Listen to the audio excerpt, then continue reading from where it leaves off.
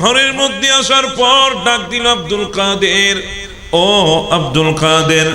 লাব্বাইক আব্বাজান, আমি উপস্থিত। গাউসে পাকের আব্বা বলে, ও আব্দুল কাদের, তোমার নামে বিচার আছে, হুজুর বিচার দিয়েছে।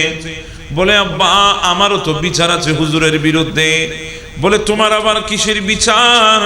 বলে, হুজুর কি বিচার দিয়েছে আগে সেটা বলেন না। বলে, হুজুর বিচার দিয়েছে তুমি নাকি হুজুরের কাছে পড়ো না। গাউসে পাক বলে, বাবা আমার বিচার হলো হুজুর আমাকে পড়াইতে জানে না। আব্দুল কাদের, হুজুর বিচার দিয়েছে তুমি নাকি হুজুরকে মোটেও মানো না। আমার গাউসে পাক বলে, আব্বা আমারও তো বিচার আছে, হুজুর আমি আব্দুল কাদেরকে চেনে না। আব্বা জান রাগান্বিত হয়ে গেলেন। রাগান্বিত হয়ে এমন ভাবে একটা থাপ্পড় লাগালেন গাউসে পাকের গালের মধ্যে। গাউসে পাক থাপ্পড়খানাকে এমন ভাবে দৌড় দিলেন, সামনে গাউসে পাক দৌড়াই, পেছনে পেছনে আবু সালে মোসা জঙ্গি দৌড়াই। যেতে যেতে কদ্দুর যাওয়ার পর একটা রাস্তার ধারে কবরস্থানের সামনে দিয়ে গাউসে পাক যাচ্ছেন। হঠাৎ করে গাউসে পাক ডাক দে, ও কবরবাসী, আমার বাবা আমাকে মারার জন্য দৌড়ায়, আর তোরা কবরে শুয়ে শুয়ে তামসা দেখোস। এই কথা বলতে না বলতে কবরের ভেতর থেকে মুর্দাগুলো জমিনের উপরে উঠে গেছে। একজন গিয়ে গাউসে পাকের আব্বাজানের সামনের মধ্যে দুই হাত দিয়ে দাঁড়িয়ে যায়, ও আবু সালে মোসা জঙ্গি, যথেষ্ট হয়েছে, আর সামনের দিকে যাবেন না। বলে, আপনারা কারা? আপনাদেরকে তো আমি চিনি না। বলে, কিভাবে চিনবেন? আমরা তো জমিনের ভেতরে ছিলাম, কিছুক্ষণ আগে জমিনের উপরে উঠেছি। আচ্ছা, এরকম যদি আমাদেরকে বলে আমরা জমিনের ভেতরে ছিলাম এই মাত্র উঠলাম, তাহলে আপনারা কবেন তোরই লেডি লেডি গেলা খাইতেন না? তো লেডি গেলা খাইতেন দিব তো এত না। আবু সালে মোসা জঙ্গি বলে, আপনারা কারা? বলে, আমরা কিছুক্ষণ আগে জমিনের ভেতর থেকে উপরে উঠেছি। কেন? বলে, আপনি আপনার সন্তানকে মারতে যাচ্ছেন, আপনার সন্তান আমাদেরকে আহ্বান করেছে, আমরা উঠে গেছি। খবরদার, যথেষ্ট শাসন হয়েছে, আর মারার চেষ্টা করবেন না। আর একটা থাপ্পড় যদি দেওয়ার চেষ্টা করেন তাহলে আল্লাহর জমিনের ভেতরে কোনো মুর্দা থাকবে না, সবগুলা জমিনের উপরে উঠে যাবে। আল্লাহু আকবার বলেন, আল্লাহু আকবার। কেমন গাউসে পাক আব্দুল কাদের জিলানী। আব্বাজান মনে মনে বলে, কি সন্তান জন্ম দিলাম আমি নিজেও তো বুঝতেছি না। নরম হয়ে গেলেন। ডাক দিল আব্দুল কাদের, বাবা এদিকে আসো, আর মারবো না, এদিকায়। ও আব্দুল কাদের, হুজুর কোত্থেকে তোমাকে চিনবে? আমি তোমার বাবা হয়ে আমিও তো তোমাকে চিনি নাই। ও আব্দুল কাদের, তোমার পরিচয় আমাকে দাও, তুমি কে? আমার গাউসে পাক বলে, আব্বাজান আপনি রূহ জগতের মধ্যে ছিলেন, আমার মাও ছিল, আমিও ছিলাম। আপনারা আমাকে চিনতেন না, কিন্তু আমি আপনাদেরকে চিনতাম। একদিন হঠাৎ করে আমার নবী মক্কায়ে মুকাররমা থেকে মেরাজের সফর শুরু করলেন। বাইতুল মুকাদ্দাস থেকে আমার নবী উর্দু জগতের মধ্যে রওনা শুরু করলো।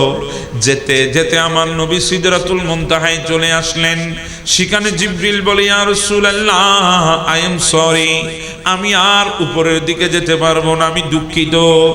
আর যদি উপরের দিকে যাই গো নবী, আল্লাহ আমাকে 600 নূরানি পাখনা দিয়েছে, ওই পাখনার একটি পাকাও অবশিষ্ট থাকবে না, সবগুলা জ্বলে পুড়ে ছারখার হয়ে যাবে। আমার নবী ওই সিদরাতুল মুনতাহায় একা দাঁড়িয়ে আছে।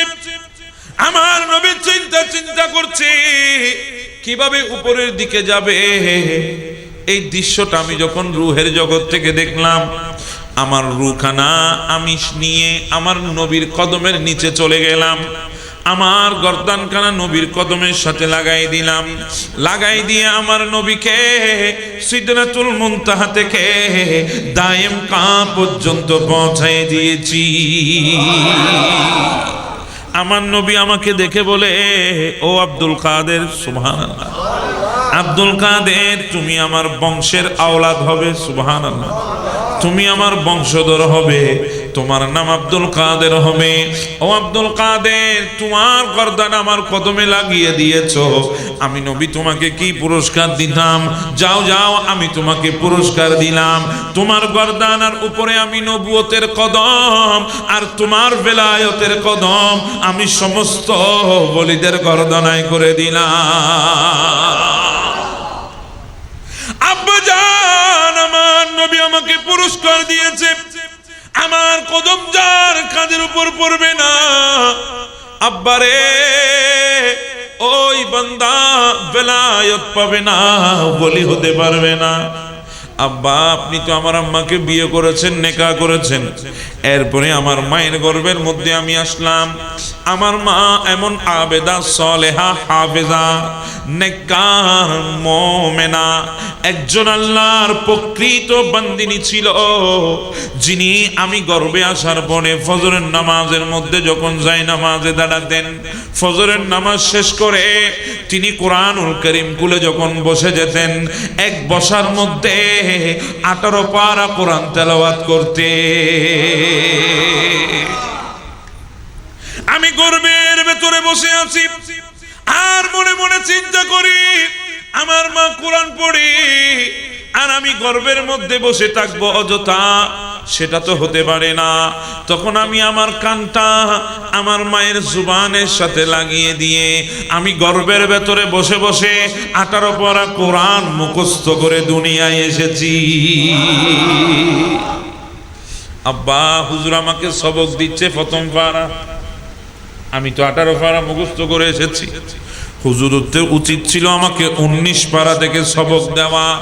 যেহেতু হুজুর প্রথম পারা থেকে সবক দিচ্ছে, এই জন্য আমি বলেছি আপনি আমাকে পড়াইতে জানেন না। ইনি ছিলেন গৌসে পাক, যিনি মায়ের গর্ভ থেকে দুনিয়ার জমিনে আল্লাহর ওলি হয়ে এসেছেন, যিনি বাগদাদের মসনদে বসে বলেছিলেন, কদমি হাযা রাকবাতি কুল্লি ওলিল্লাহ, আমার কদম সমস্ত আল্লাহর ওলিদের গর্দানার উপরে। শেখে মাগরিবি, এখানে আমাদের হুজুর আছেন, ওনারা চিনেন, যাকে গৌসে মাগরিবিও বলা হতো আমার গৌসে পাকের আগের। যখন গৌসে পাক এই ঘোষণা দিয়েছেন তখন তিনি দুনিয়ার জমিনে ছিলেন, বয়সে আমার গৌসে পাকের চাইতে বড়। ওনাকে শেখে মাগরিবি বলা হয়, অনেকে গৌসে মাগরিবি বলে ডাকতেন। উনি খানাকার মধ্যে বসে আছেন ওনার মুরিদদেরকে নিয়ে, হঠাৎ তিনি বলছেন, কদমাহু আলা আইনি ওয়া রাসি। ওনার মুরিদরা বলে, হুজুর এটা কি বললেন? কার কদম আপনার চোখে এবং মাথার উপর? আপনি কাকে ইন্ডিকেট করে বলছেন আপনার কদম আমার চোখে এবং মাথায়? আমরা তো কিছু বুঝতেছি না, কোনো শব্দও শুনি নাই। তখন শেখে মাগরিবি বলছেন, ও আমার উম্মত, ও আমার মুরিদরা, আল্লাহর নবীর উম্মতেরা, শোনো, এই মুহূর্তে বাগদাদের মিম্বরে বসে একজন আল্লাহর ওলি যার নাম আব্দুল কাদের জিলানী, তিনি বলছেন, কদমি হাযা রাকবাতি কুল্লি ওলিল্লাহ, আমার কদম সমস্ত ওলিদের গর্দানার উপরে। এই কথা যখন আমার কানে আসলো, আমি মুরাকাবার মধ্যে বসে গেলাম। মুরাকাবায় বসে আমি দেখতেছি পৃথিবীর জমিনে এই মুহূর্তে যত হক্কানি রব্বানি আল্লাহর ওলি আছে, সবাই নিজের গর্দানাকে ঝুঁকায়ে দিয়েছেন। সুবহানাল্লাহ। আমি দেখতেছি এই মুহূর্তে যারা কবরের মধ্যে আছে, তারা কবরের ভেতর থেকে গর্দানা ঝুঁকায়ে দিয়েছে। আমি দেখতেছি এই মুহূর্তে যারা মায়ের পেটে আছে, দুনিয়ায় আসার জন্য অপেক্ষা করছে, সমস্ত আল্লাহর ওলি মায়ের গর্ভে বসে ইনারাও গর্দানাকে ঝুঁকাই দিয়েছে। আমি দেখতেছি যারা আলেমে আরওয়ার মধ্যে অবস্থান করছে, কিয়ামতের আগে আগে দুনিয়ায় আসবেন সমস্ত আল্লাহর ওলি, তারা ওই রূহের জগতে গর্দানা ঝুঁকাই দিয়েছে। তাই জন্য আমি বলে ফেললাম, কদমাহু আলা আইনি ওয়া রাসি, আপনার মতো এত বড় আল্লাহর ওলি, আপনার কদম তো আমার গর্দানায় নয়, আপনার কদম আমার চোখের উপর, আমার মাথার উপর। এত বড় গৌসে পাক আব্দুল কাদের জিলানী আল্লাহর ওলি ছিলেন। এটাকে বলা হয় প্রকৃতিগত বেলায়।